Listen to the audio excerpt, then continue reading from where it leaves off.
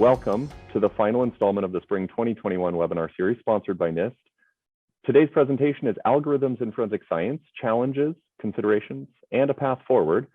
Your speaker, Henry Swafford, is a PhD candidate and has been working with Christophe Chambaud on this work. And I'm going to let Henry take over and provide a little background on himself in his presentation. So thank you, everyone, very much for the opportunity to present, and thank each of you for your interest in this topic. We've got a handful of things to cover in this presentation. This is not an easy topic to cover, I believe. So I mentioned to Anthony right before joining this call that if we don't have time to answer all the questions, I'm more than happy to address those offline. So feel free to submit any questions that we don't get to that you're still interested in me responding to, and over to Anthony and CSAFE team, and I'll make sure to be able to address those in an email form or written form. You're also welcome at the end. I'll give my personal email address, and you can email me as well directly with it. So this is a topic that I believe is, I think it's an important topic. I think it's one that our community is inevitably going to have to grapple with. And in my opinion, I think the sooner we do it, the better off we are. Now, as a reminder, this presentation is my own personal views and opinions. It is not official or reflective of the views of any entity, whether that's government or non-government, for which I am affiliated.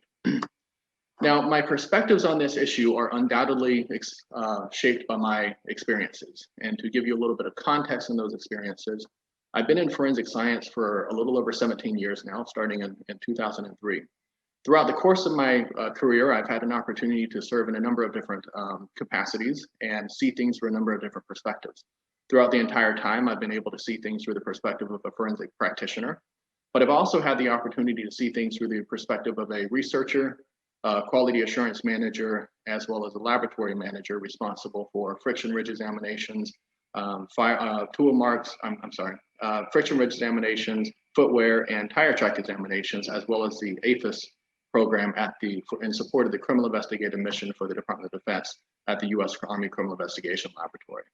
Then in late 2018, I transitioned from that role and took an opportunity in Washington, D.C. to kind of take on a broader challenge of supporting the development and integration of technology across several different domains into our intelligence community. And during that time, I continued to stay very closely engaged with forensic science in a private capacity, however. Now, I've also had the opportunity to work with an incredible set of individuals in leading the development of development and validation of a couple of computational methods for friction ridge examination in particular.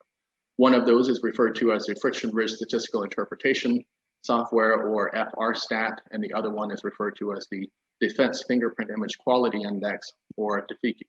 Now, both of these algorithms have been made publicly accessible and free for anyone to download. All you have to do is go to the links listed on the slides above and below the image of the papers respectively, and you'll have unfettered access to download the software application onto your computer, along with user documentation and so forth. Now, if you don't have an opportunity to write the URLs down, please feel free to reach out to either CSAFE or myself, and we'll be happy to provide those for you. And finally, I've had the opportunity to take it a step further and work with a really remarkable team at the U.S. Army Criminal Investigation Laboratory and actually implement one of these algorithms operationally, specifically the FRStat. Now, while we were ultimately successful in implementing it in March of 2017, it certainly did not come without challenge.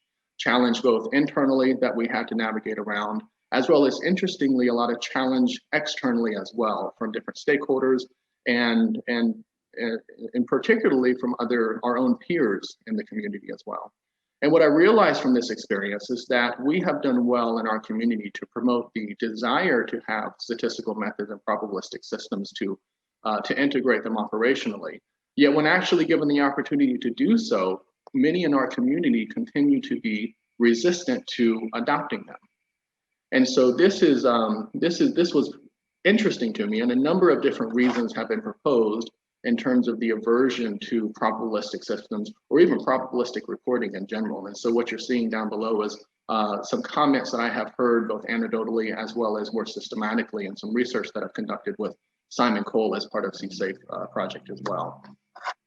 Now, having gone through this experience, if you were to ask me 5 or 7 years ago what it is that I believe we needed in this, as it relates to this topic in forensic science, I would have responded that we needed more and better research. Having gone through this experience, however, if you ask me that same question today, I would respond by emphasizing the desire to have more and better research. But really what I think we need is a better strategy.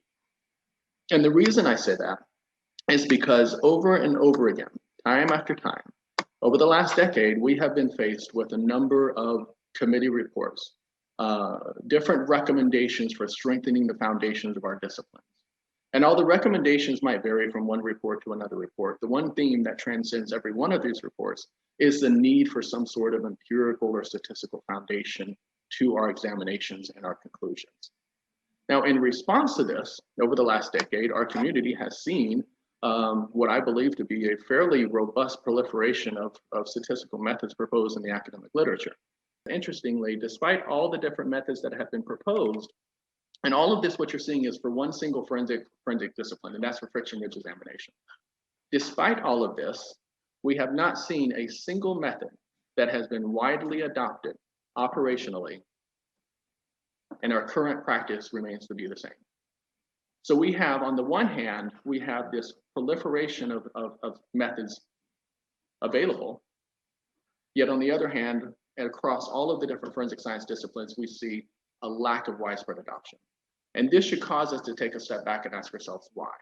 What is it about why do we have such a disconnect between the proliferation of the methods proposed in the academic literature, yet none of them really transitioning operationally to an extent where our community is widely adopting them? And this is the issue that Professor Champeau and I at the University of Lausanne in Switzerland look to explore in further detail. And this paper that you're seeing on your screen is one that was published in open access, so everyone has access to download it. And we explore this issue in much greater detail, published in Forensic Science International and Synergy. And this was published, I believe, in late February of this year, so just a couple of months ago. And it is this paper for which this presentation or this webinar is based on.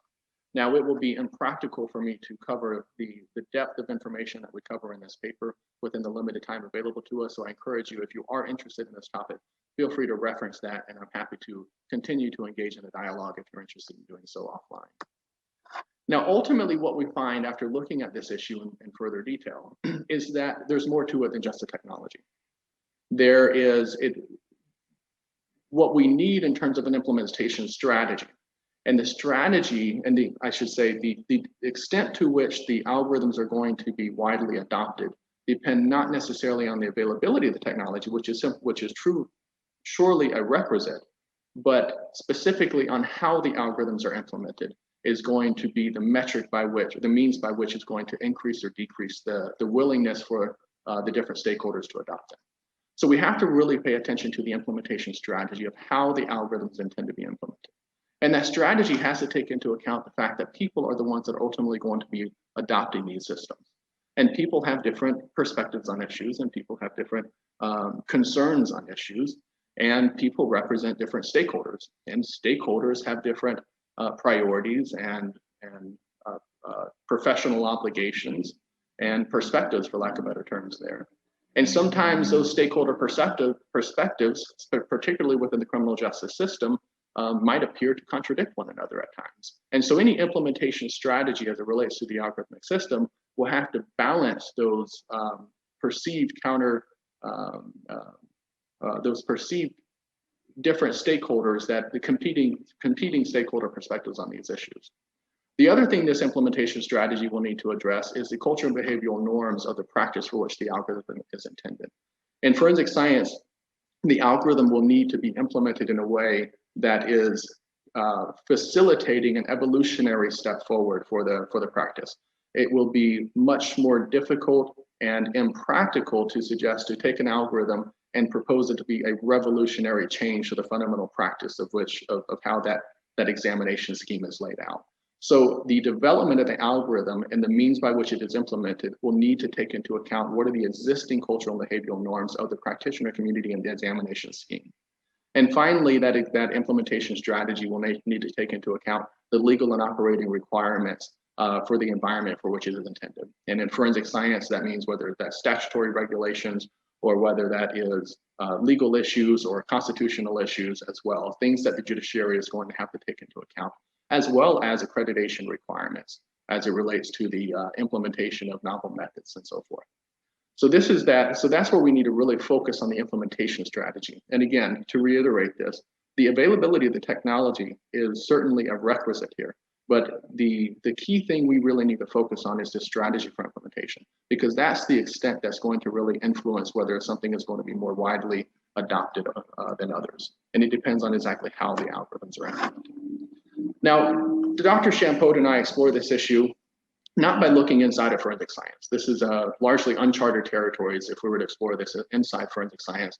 And we would do nothing more than simply engage in the discussion grounded by speculation and personal opinion, to be honest with you. So what we did is we decided to look outside of forensic sciences. What are the other domains doing? What is the general literature and from the perspectives of psychology and behavioral sciences suggesting as it relates to the willingness or the tendency for people to rely on algorithmic systems over their own human judgment? And then how have domains adapted to the introduction of algorithmic systems in those domains for which are largely dominated by human judgment? And the two domains we suggest we look into, or that we have selected to look into in further detail, is both clinical medicine and autonomous driving. Clinical medicine is something that has been grappling with this issue for about 75 years, certainly for about 75 years and possibly even more. And they have a long history of dealing with these issues. And clinical medicine is something that we believe is or propose to be a reasonable proxy for key issues in forensic science interpretation today. And autonomous driving is one that on the surface, you might believe it to be orthogonal to forensic science or clinical medicine. And I would probably be inclined to agree with you. However, autonomous driving is an interesting domain to look into on this issue because it's something that every one of us can actually relate to. And it is at its core is the very issue that we're discussing here. Dynamic driving tasks are largely dominated by human judgment, and the autonomous vehicle industry is seeking to introduce autonomous algorithms to take over those dynamic driving tasks. So the general public have reacted to the introduction of algorithms in autonomous driving, coincidentally very similar to how they have in other clinical medicine and other domains as well. So we'll explore these a little bit further in the next few slides. So starting out in kind of a domain agnostic standpoint, looking at from the perspective of psychology and behavioral sciences, the key issue we're looking at here is what are the general tendencies for people to rely on algorithmic systems over human judgment?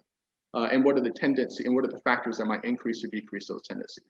Now, this research is actually relatively new. This research really started coming about in the early to mid 2000s.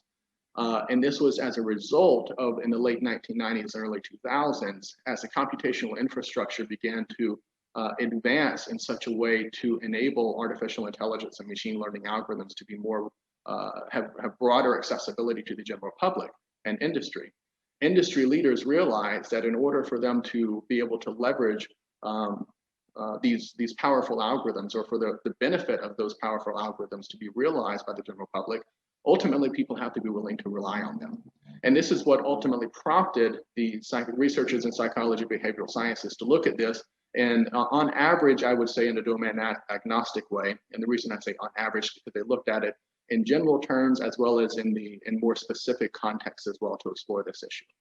And in 2014, there was an important article that was published detailing the results of a series of experiments. And what I have is summarized here some of those findings in 2014, but also are reminiscent of some of the findings just before that as well. And overall, what the research suggests is that people tend to be averse to algorithms and prefer to rely on their own judgment. Interestingly, often despite the knowledge that their own judgment is typically inferior to that of the algorithm. And this is a phenomenon that was coined in 2014 as algorithm aversion. And this phenomenon was found to be exacerbated in three key conditions. One, when people possess domain expertise or believe to possess domain expertise. Interestingly, they don't actually have to possess expertise in a particular domain as long as they firmly believe they have that expertise. When they believe they have that expertise, they tend to rely on their own human judgment over that of the algorithmic system to make the ultimate decision or advice prediction task. Secondly, when the people are faced with high stakes decisions, whether that be a high financial reward or consequence, or an implication of affecting one's life, whether that is the individual making the decision or someone else. And third, when they're presented with an imperfect algorithm, or in other words, an algorithm which has been validated and for which the rate of error is known, and that rate of error is greater than 0. And the knowledge, what is believed to occur here is that the simple knowledge that the algorithm has the inevitably will error at some point in the future. People tend to be averse to using the algorithm and instead prefer to rely on their own judgment. Interestingly about this whole thing is that they prefer to rely on their own judgment, even though they have the direct feedback that their own judgment on average tends to be inferior to that of the performance of the algorithm on average overall. Now, there have been some proposed explanations to account for some of these behaviors. Some have proposed that this is simply a manifestation of overconfidence bias, which has been well established in the academic literature. Some have proposed that this is a result of a perceived inability of the algorithm to account for idiosyncratic factors, and the implication there being that the human or the individual preferring to rely on their own judgment has the capacity to account for the idiosyncratic factors at play better than the algorithmic system might. And there are several other reasons that have been proposed that are broadly categorized under or broadly grouped under the broader category of socio-psychological factors. Some respondents have suggested when queried about this that they believe it is dehumanizing to rely on an algorithm. Some have taken it a step further to suggest that it is unethical to do so, particularly for important decisions, and in particular affecting other individuals, for which the algorithmic output would affect other individuals. Some individuals simply are waiting for the perfect algorithm to come along, waiting for that algorithm to have effectively a 0 rate of error, having perfection for which they're willing to let go of that control for them to rely on their own judgment and be willing to relinquish that to the outcome of an algorithmic system to guide their decision. Others, particularly those in an expert domain, have valued their self-worth on the basis of the expertise that they can provide. And frankly speaking, those individuals feel threatened by the fact that there is a non-human algorithmic system, a robot for lack of better terms, that might have the capacity to perform equal to or superior to them in some of the tasks for which they have valued their self-worth as it relates to their expertise. And so that they view that to be threatening. And some have proposed this is simply a lack of education on scientific issues and a lack of emphasis in the disciplines on scientific and critical thinking in these topic areas. So there's a number of different reasons or explanations that have been proposed as to why people in general tend to be averse to algorithms and instead prefer to rely on their own human judgment. On the surface, this sounds like an fairly insurmountable task to overcome. In a couple of follow-up studies, however, and published in 2016, so this is still relatively recent information, the proposed solution actually is pretty simple here. The researchers that coined the term algorithm aversion in 2014 followed up over the next few years and sought ways to help overcome that algorithm aversion. So to provide some sort of guidance for industry leaders on how they can still promote that widespread adoption. And what they found is actually fairly simple. They had proposed simply allow user intervention to the algorithm, whether that is allowing the users to intervene as it relates to the inputs of the algorithmic system, or as it relates to how that algorithmic system is integrated within the broader decision framework, allowing the human to have some sort of feeling of intervention before the final result is reported, for lack of better terms. Because doing so, what the author suggests, is that doing so caters to people's desires to incorporate their own judgments in the ultimate decision that's reported. It also tends to provide a sense of control over the outcome itself. And it tended to result in higher satisfaction from the participants and a higher commitment that those individuals rely on the algorithm in the future. The consequence of that, the consequence of the individuals relying on the algorithm in the future, was also measured and demonstrated that their commitment to doing so resulted in higher performance on the prediction task when they relied on the algorithmic system, as opposed to the control group that simply relied on their own intuition or judgment for the prediction task. And the authors at the bottom, you'll see the authors had proposed, when they were discussing the practical implications of their findings, they simply proposed that if you were to frame the decision of whether or not to use an algorithm as an all or nothing decision, it is likely to be counterproductive. It should not be presented as an ultimatum, as either rely on human judgment or rely on an algorithmic system. Doing so will likely cause the individuals to regress and rely on what they're comfortable with, and what they're comfortable with often tends to be their own judgment, and they will create a situation where they'll be more resistant to the algorithmic system. Instead, what the authors propose is to allow the users to have an intervention to integrate that algorithmic system in some form or fashion with the human judgment, so it becomes an integrated approach as opposed to a kind of a dichotomous choice of either relying on human judgment or relying on the algorithmic system itself. Now, I want you to take this context in mind and let's shift gears a little bit and look at clinical medicine. Clinical medicine is interesting because we believe we propose it to be a reasonable proxy to many of the issues forensic science is facing.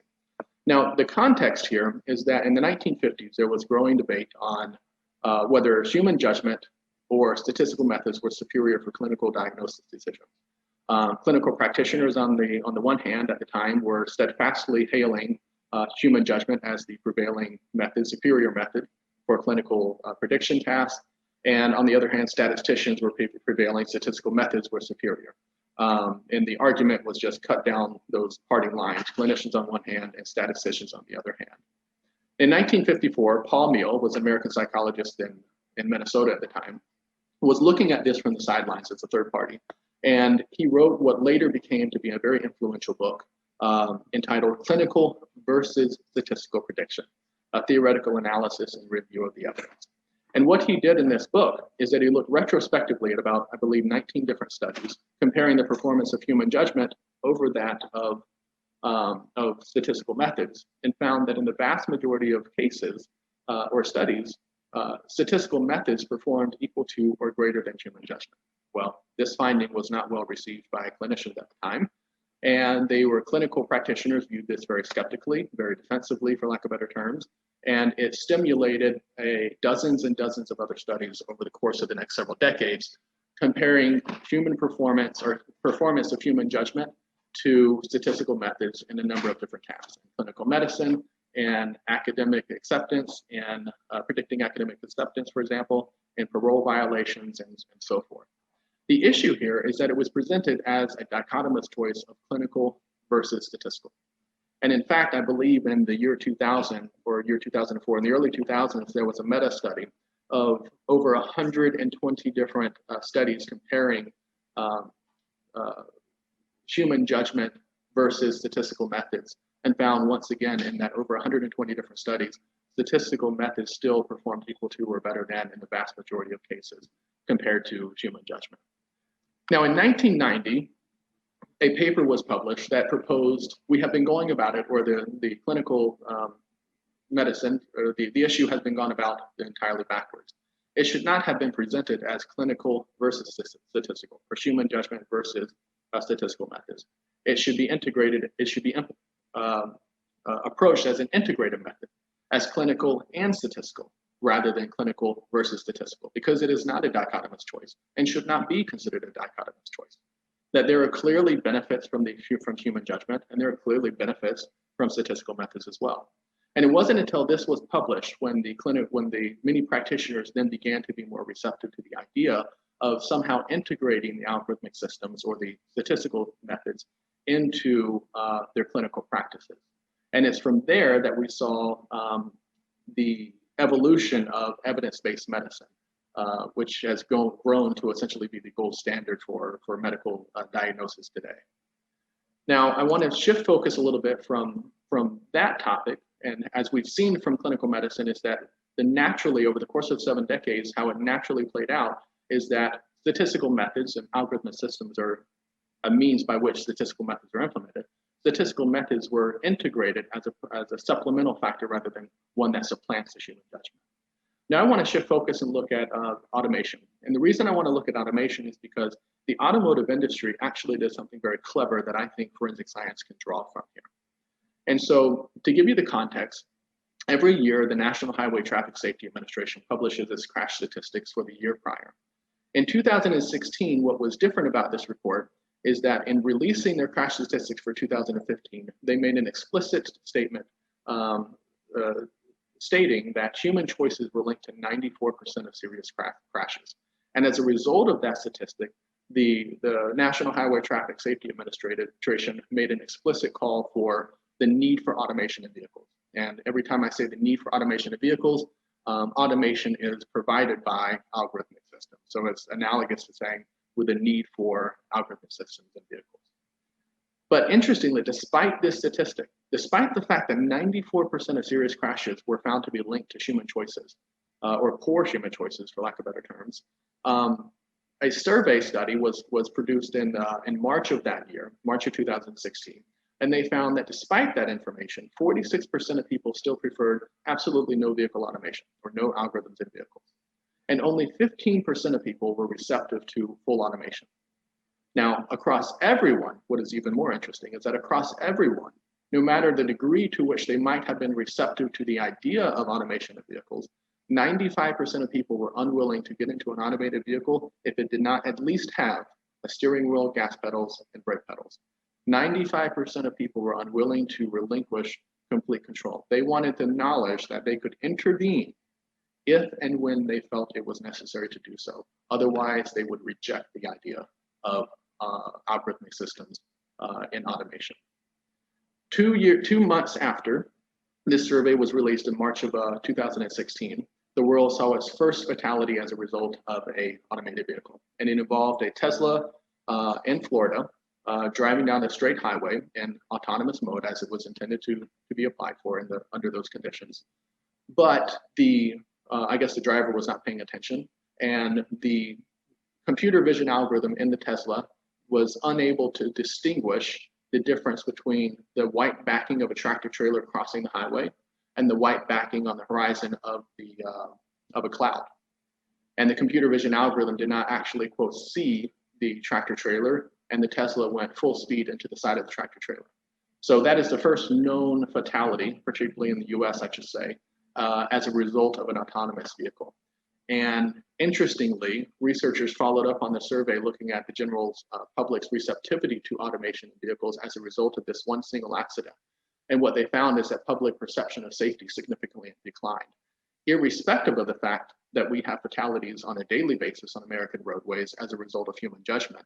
And what this finding suggested, and what is discussed in further details as it relates to the autonomous driving literature, is that people generally hold algorithmic systems and robotic systems, for lack of better terms, to a much higher standard than they do their own selves. And so this is going to be a challenge that will need to be overcome as we talk about the integration of algorithmic systems in domains that are largely driven by human judgment. The key concern as it relates to autonomous systems that the general public have responded to, the key concerns is their discomfort with a loss of control over the vehicle, a lack of trust in the technology, and a desire for perfection. And ironically, despite the data showing that automated vehicles are more safe, the most commonly cited reason for the resistance is the perception that they are less safe.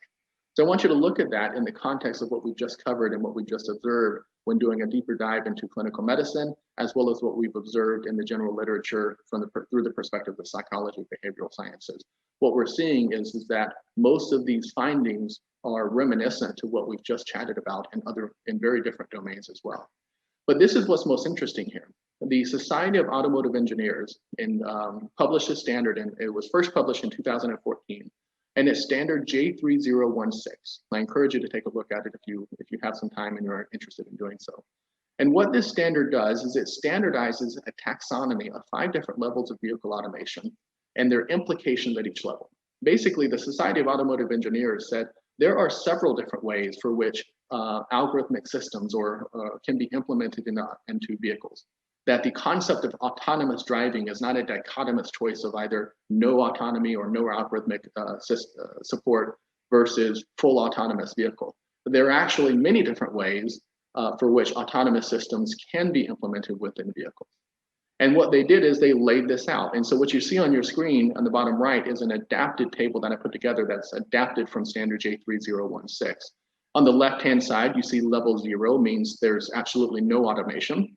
And level 5 at the very bottom means complete and full automation. Level 0 through 2, the human is in control and ultimately responsible for the dynamic driving task. Transitioning from 0 to 2, however, you have more and more automation designed to supplement the driver in their dynamic driving tasks. Levels 3 through 5, the system is actually in control, or the vehicle's in control. And as you travel from level 3 to level 5 or progress, what you have is fewer and fewer instances for which the human would need to intervene under those rarer circumstances or more challenging circumstances for which the automation might not be able to handle itself. And of course, at a level 5, automation means that there is absolutely no situations for which a human would need to intervene. The system has a capacity to perform in every single situation it would encounter. Now, what the standard does is that it allowed manufacturers and regulators to speak a common language related to the term automation in vehicles, and for manufacturers to slowly increase automation, slowly transitioning it from human to machine, along with the consumer interest, confidence, and trust in the technology over time. Or in other words, once again, looking at a deeper dive into the real-world domain of autonomous driving, what this standard allows is a practical means of implementing algorithmic systems into automation or automated driving, and in a way that supplements the human when carrying out their dynamic driving tasks, as opposed to immediately supplanting the human as it relates to those carrying out those driving tasks. And this is in particular, this way of practically introducing algorithmic systems into existing practice is the greatest lesson I think we can pull from the autonomous driving community of how they have approached overcoming the challenges of the cultural resistance of the consumers. Now we shift our attention back over to forensic science, but before we do so fully, there's one more thing we have to cover here. And we have to at least be cognizant of the fact that the legal system is the chief consumer of, or one of the chief consumers of forensic science evidence. So we would be naive to suggest we should be implementing an algorithmic system without consideration of the legal framework for which the algorithmic system would be applied within, and the stakeholder views from the judiciary. Now, at its core, no matter what legal system we're talking about or what jurisdiction we're in, at its core, the legal system has one fundamental objective, and that is to ensure fair and equitable justice under the law. Now, legal stakeholders has certainly come out and explicitly acknowledged the fact that computational methods have the potential to improve performance, but they often do so at the cost of transparency and explainability. And this means that courts must balance these competing values as it considers the admissibility and upholds the constitutional rights of the defendant. And things that might be implicated with this that judges have to consider are looking at it from the federal perspective, the federal rule 702 and Daubert factors as it relates to admissibility, but also admissibility on a constitutional dimension, such as Amendment 5 and 14 as it relates to due process, or Amendment 6 as it relates to confrontation. And so the question here is not a matter of if algorithms should be implemented or whether the legal system has the capacity to handle this. Of course, they'll find a way to kind of balance these issues. And in fact, not implementing algorithmic systems as a means to provide some sort of statistical foundation to the examination scheme is actually, in my opinion, more detrimental long-term. So the question here is not to be proposed as whether algorithms should be implemented. The issue here, and the reason we bring this up, is that we have to be considerate of these issues because it will impact how the algorithms are implemented.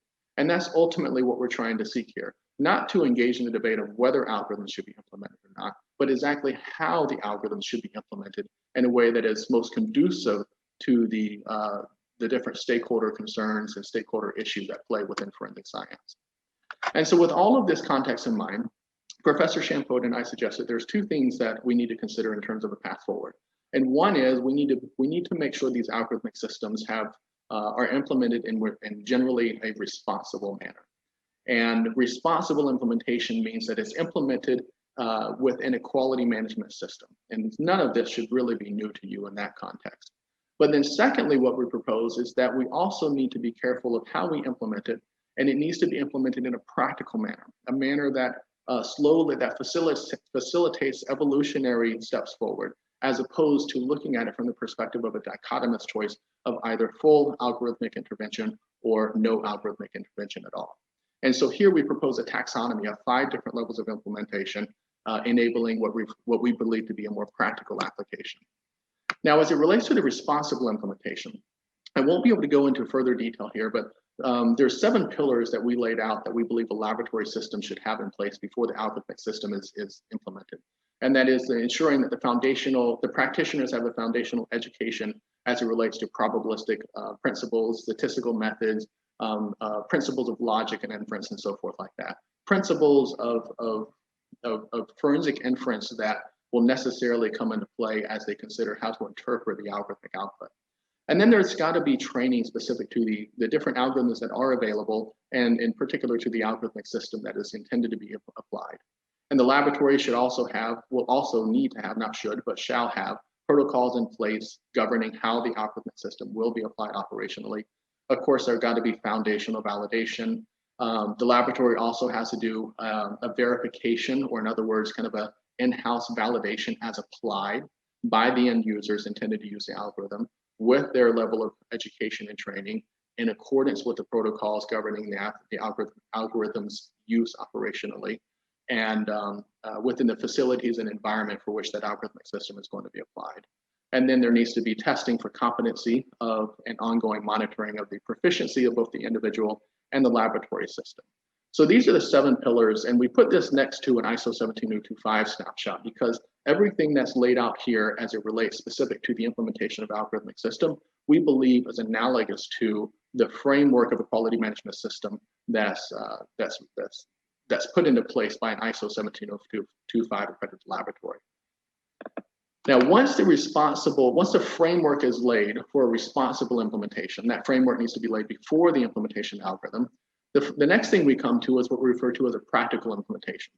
And this is a table that we have proposed that we have adapted from standard J3016 and applied it in the context of different ways in which an algorithmic system could be applied operationally within forensic science. And in particular, within forensic science for which the algorithmic system is intended to provide some sort of impact to the ultimate conclusion that's reported to the judicial system. So the clearest example of this of applicability would be the pattern evidence domains, but it is broadly applicable to any different domain in forensic science. Starting at the top, we have level 0 of absolutely no algorithmic intervention, and this represents traditional practice today, particularly for many pattern evidence domains. And at the bottom, you have level 5 implementation, which is referred to loosely as algorithm only, or in other words, lights out. There's absolutely no intervention from a human. And the algorithmic system performs all examination tasks and all tasks related to interpretation of the reporting. The basis for the conclusion is purely based on the algorithmic output. If you transition from level 0 through 2, the human is the one that serves the predominant basis of the conclusion. And the algorithmic system is used as a supplemental factor to that conclusion. In levels 3 through 5, however, the algorithmic system is the predominant basis of the conclusion, predominantly for level 4, and of course for level 5. For level 3, you basically apply the human system as equivalent standing as the algorithmic system, and standard operating procedures would adjudicate any differences of the output of the algorithmic system versus the human. And what this table does is it clearly defines the different ways for which a laboratory could implement an algorithm operationally, and the implications for that implementation as it relates to what is the extent to which the algorithmic system impacts the overall conclusion, and so forth. Now, if you look at this table and you're looking at it from a scientific perspective, you might look at this and say, well, practitioners should immediately seek to implement it at as high of a level as possible, because that ensures the most objective foundation to the examination as possible. And while that is true from a scientific perspective, legal stakeholders might look at that, however, and say, yes, but legal stakeholders certainly want as objective as possible, but it is certainly an open question of whether an algorithmic system implemented at level 5, for example, would be admissible on constitutional grounds as it relates to Amendment 6 for the confrontation clause, for example. So we have to look at this and think about what is the appropriate level of implementation in a way that not only progressively allows practitioners and different stakeholders within the criminal justice system to gain comfort with the use of the algorithmic system, and in a way that is least disruptive to existing practices, And then slowly, as the community becomes more comfortable with this and the stakeholders become more comfortable with the algorithmic systems, if those algorithmic systems have the capacity to be applied at a higher level, then we can progress from a lower level to a higher level as appropriate. Now, to give you a little bit of context, this table was not mapped out at the time we had to move forward with the implementation of FRStat in 2017. But if I were to map out that implementation to this table today, it would most closely align with a level 2 implementation. And that is because the algorithmic system was actually implemented after the human had completed their examination and come to their own subjective conclusion or subjective opinion. And then the algorithmic system is implemented as a supplemental quality control. Differences between the human judgment and the algorithmic output were then reconciled by policy and procedure basis. So it doesn't directly, but most closely aligns with a level 2 implementation, for example. So I leave you with these two final slides. And this is in an effort I like to leave my presentation with some sort of actionable thing they can consider after hearing the information preceding it. So there's 6 different considerations, I should say, or recommendations for lack of better words. And this is directed towards both developers of algorithmic systems and researchers, as well as laboratory managers and practitioners who might be considering implementing different algorithmic systems. The first recommendation or consideration is that methods should be developed and validated to a specific level of implementation that aligns with the intended application and accounts for the existing requirements. In other words, the level of implementation should be identified beforehand, and the validation should be aligned to that target level of implementation. A validation for implementing an algorithmic system at level 5, for example, might look very different than the validation for implementing an algorithmic system at level 2 or 3, for example. So the validation plan, or the implementation plan, I should say, should account for exactly how does that laboratory want to implement that system? What is the appropriate level of implementation there? And then ensure that the validation aligns to that level of implementation. Number 2, methods should be developed or implemented in ways that allow for user augmentation. And there's a number of different ways this can be done. This could be in the pattern evidence domains. This could mean that the algorithmic system relies on the human to apply their expertise in the feature detection and annotation, for example. And that would allow the user to intervene and control, for lack of better terms, the input into the algorithmic system and allow the human judgment to be integrated with the algorithmic system in that way. Another way to do this is to allow the examiner to consider the idiosyncratic factors of the case at hand and perhaps adjust some sort of parameters that might go into play to ensure that the algorithmic system accounts for those idiosyncratic factors in one way or the other. Another way to do it is if there's absolutely no way for the user to have any intervention on the output of the system, then allow the system to be implemented in a way that the ultimate conclusion reported allows the user to consider the output and have some sort of intervention if they deem this appropriate to do so. And that intervention can be moderated or regulated by policy and procedure within the laboratory. In other words, have some form or fashion to allow the user to account for the limiting factors before that ultimate report or conclusion is reported out. And that provides a means for allowing the user to have an intervention with the use of the algorithmic system. Number 3, methods should be developed using the least complex and most explainable algorithms as possible.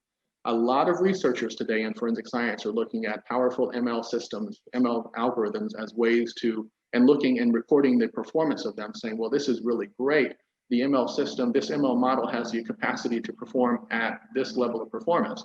The problem is that that very well may be the case. However, ML systems that lack transparency and explainability will have different implications when a laboratory is attempting to implement them operationally.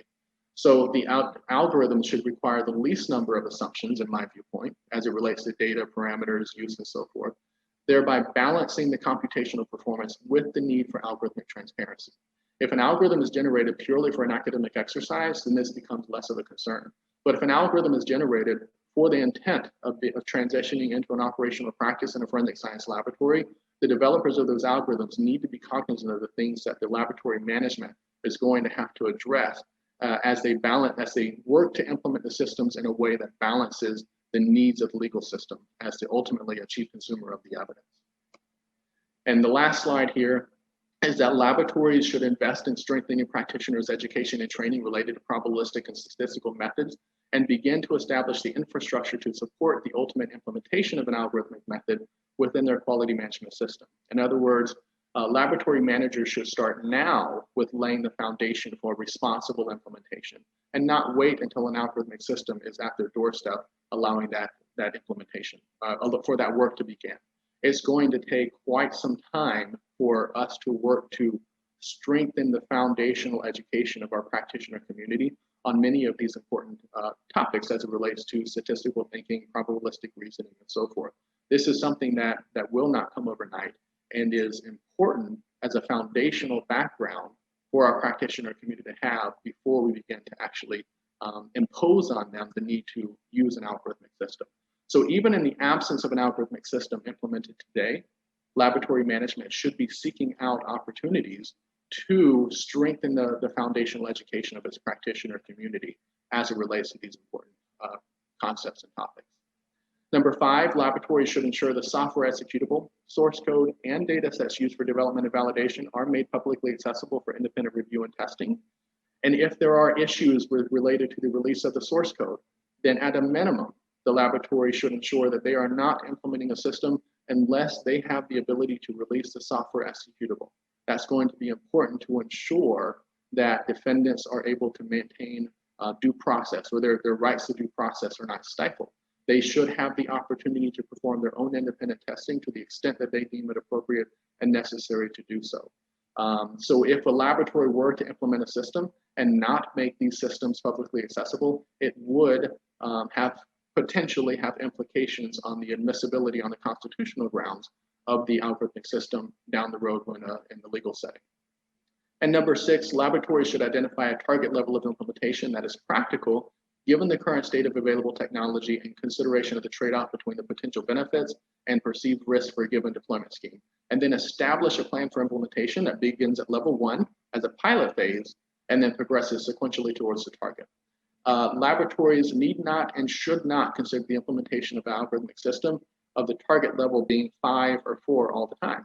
And a laboratory should consider perhaps a level 2 is the appropriate level, target level of implementation, and then seek to move forward with implementing in that fashion, or possibly a level 3. In my opinion, I think level 2 and 3 are appropriate for the pattern evidence disciplines, as it preserves traditional practice as much as possible, while at the same time affording the practitioner community and the relevant stakeholders the opportunity to have an algorithmic system to be used as a quality control check to the human judgment. So that's the best of both worlds in my viewpoint.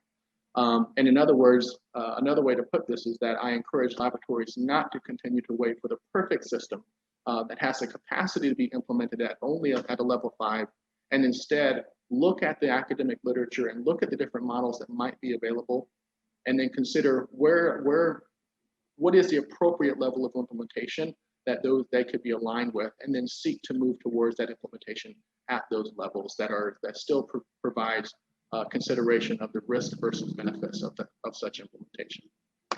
All right, I know we're coming up to time, so that is all I have to share today. Thank you very much for your time and attention, and I'll turn this back over to Anthony to moderate any questions for the remaining time we have. So thank you very much. All right, it looks like we have just a handful of questions here. First one, Jeff asked, don't you feel that using the term algorithm itself has a nebulous connotation? Algorithms are used all over forensic science, but they're not referred to explicitly. Using, and I quote, tools that aid in the examination and decision process might be a more acceptable approach. It's all in how it's expressed. I'm guessing Jeff is looking for your input on that comment. Sure, I think using the term as a tool would be appropriate here. The use of the term algorithm, however, was intentionally done as we explored this issue from the outset as we moved inward. But looking at the findings for which people tend to rely on algorithmic systems in general, and another way to put that is kind of mechanical processes that are not necessarily based on human judgment. So in that respect, I think it is more technically appropriate to use the term an algorithmic system, but given the context of what we're suggesting here, that they are used as a tool would be equally appropriate as well. John asks, In the field of handwriting comparison, an algorithm is likely to be based on only part of the information presented by the handwriting under examination. I suggest that algorithm can assist the examiner, but can only be a part of the examination, conclusion forming process. I would appreciate hearing your view. Yes, so I think that would be a perfect example of a situation for which the algorithmic system could be implemented at a level 2, for example, where the human still forms their judgment based on everything that the human has the capacity to take into account, but the human does not have the capacity to quantify some of that information that the algorithmic system can. The downside of the algorithmic system is that it only takes into account the subset of information that the human can take into account. So I would propose a level 2 implementation might be the appropriate way to do so there. The human forms their judgment irrespective of the algorithm, and then they apply the algorithm as a quality control. And then the laboratory steps in and adjudicates any differences between the outcome from the human judgment and the outcome from the algorithmic system to determine what is the most appropriate way to report moving forward. And I think this is the last one we'll have time for. Sarah asks, do you find that police are more likely to embrace use of algorithms versus forensic scientists? Could establishing, quote, responsible use be a way to keep algorithm practice in the hands of scientists versus law enforcement? Do I believe that police are more likely to embrace use of algorithms versus forensic scientists, and could establishing responsible use be a way to keep algorithms practice in hand? So the underlying the context of responsible application, I think this certainly would come into play. Algorithms in the wrong hands by the individuals that don't have the foundational education and training on how to properly interpret and apply the algorithm and understand when the algorithm might have limitations and so forth. And those individuals might have there is a risk that those individuals might view the output of an algorithmic system as equitable to fact and therefore act on it. And so it is with that in mind that the 7 pillars of the responsible validation would apply. Now, we don't go as far as to suggest it should be taken out of police or only used by forensic scientists versus police, but anyone who were to use these algorithmic systems, we would be very steadfast to ensure that the responsible implementation is in place, such that we minimize the risk that the algorithmic system is interpreted as a factual output. I think there could be implications at play here, and we've seen them play out where there have been erroneous situations, particularly in applications of facial algorithms, for example. That is something that the community is grappling with now. So that's a long-winded way to say I agree completely with you, Sarah, that we need to be very careful on who is using these algorithms to ensure that they are interpreted and used responsibly. I would not go so far as to say keep them out of the hands of police, because there might be police individuals that have the requisite education and training, and the police forces are able to apply a kind of a responsible framework around the use of the algorithm governing its use. But we need to be very careful as we talk about using algorithms to ensure that we are very responsible and ethical about how we go about doing so. Henry, I want to thank you for your presentation. We appreciate your expertise and your input on this topic. Thank you all for joining us, and we hope you have a great day.